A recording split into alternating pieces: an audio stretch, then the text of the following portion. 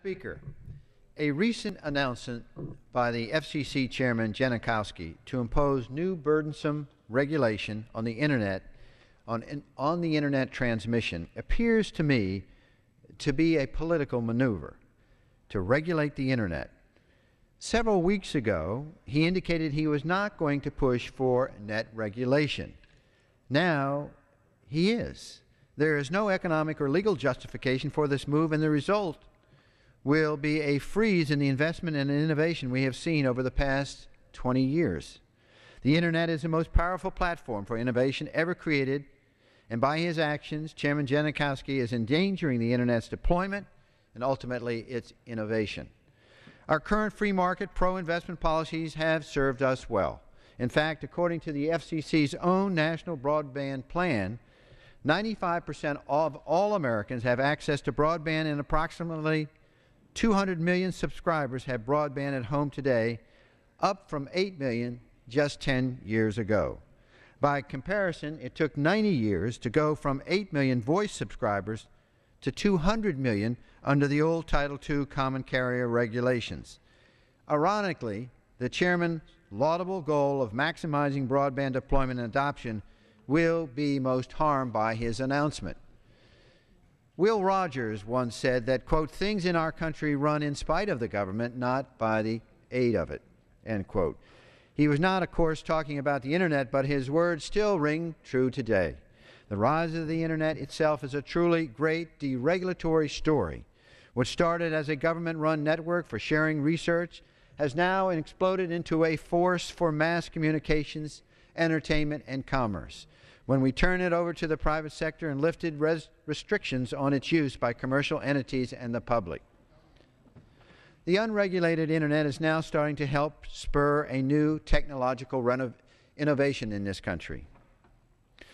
Where there were once separate phone, cable, wireless, and other industries providing distinct and separate services, we're now seeing a confluence and a blur of providers all competing against each other for consumers offering broadband, voice, and video services, and much more. The Apple iPod is a perfect example of the confluence of the Internet, the TV, and the computer, which will then be followed by other exciting products. Lines of technology are being blurred all the time. In fact, a few years ago, you had to have separate platforms for each additional individual TV technology. Now your computer becomes your TV doubles for your computer, and your wireless device becomes your TV and your computer and your phone and your camera. We'll see more of this convergence in the years to come if we remain on the current deregulatory path. However, the FCC appears to want to change course. In response to the FCC's announcement, I plan to introduce a bill, the Internet Investment, Innovation, and Competition Preservation Act, that would prevent the FCC from regulating the Internet or Internet transmission absent a market failure. My bill would require the FCC to conduct a rigorous market analysis before mandating new network regulations. The FCC would need to prove that regulations are indeed necessary.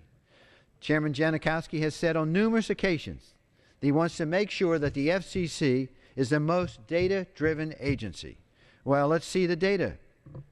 Let's see the data showing there's a need for regulation before you do it, Mr. Chairman.